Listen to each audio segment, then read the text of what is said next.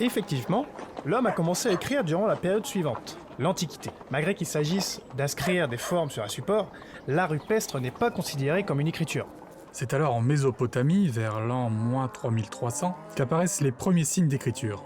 Il s'agit alors pour ses habitants de comptabiliser le bétail par tête ou encore les récoltes via des pictogrammes tracés grâce à des roseaux sur des tablettes d'argile.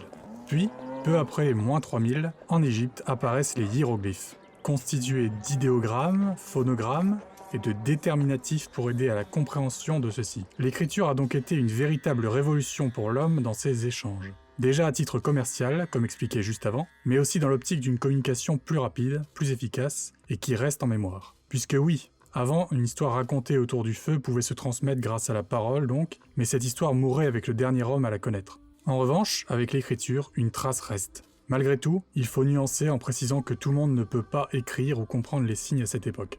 Maintenant, si l'on fait un petit tour d'horizon du monde à l'époque, nous arrivons en Chine, bien après l'invention de l'écriture en l'an 105. C'est durant cette période, en observant des guêpes construire leur nid, que Tsai Lung, un haut fonctionnaire, trouva l'inspiration pour inventer le papier. Celles-ci ramollissaient avec leur salive des fibres de bambou, créant ainsi leur future maison. C'est donc avec cette technique de broyer du bambou dans l'eau, puis de le sécher au soleil, que Tsai Lung obtient les premières ébauches du papier. Une grande avancée pour l'écriture, ainsi que pour le stockage d'informations.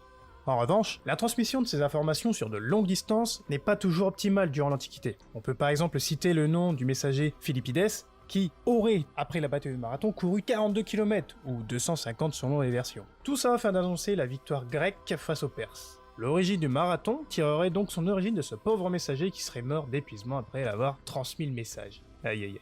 Et c'est justement cette problématique du déplacement qui fit cogiter les Romains. Ceux-ci, voyant la difficulté de leur armée à se déplacer au sein de leur gigantesque territoire, décidèrent d'opérer un changement. Ainsi, les voies romaines, un réseau de routes empierrées, voient le jour vers 312 avant Jésus-Christ, facilitant ainsi les transports de marchandises et bien entendu les déplacements des troupes. Ce réseau atteignit à son apogée plus de 150 000 km à travers l'Empire. Un vrai réseau de communication qui fut indispensable à l'expansion de l'Empire romain.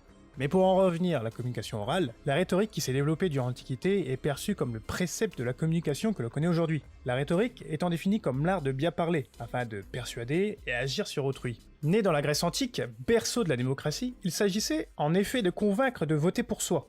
C'est aussi une solution de rechange au pouvoir par la force, la brutalité. La rhétorique a ensuite évolué dans les siècles suivants, mais nous y reviendrons juste après. Merci d'avoir écouté cet extrait du podcast Come and Back. Pour avoir plus de contenu de ce genre et nous montrer votre enthousiasme, le combo s'abonner pouce bleu est clairement fait pour vous. Pour aller plus loin, et si une âme d'explorateur sommeille en vous, sachez qu'il est possible de nous rejoindre dans nos aventures à travers les époques et les continents. Pour cela, rien de plus simple, rendez-vous sur l'une des plateformes affichées ou encore sur nos réseaux sociaux. Le tout est bien sûr en description. À plus!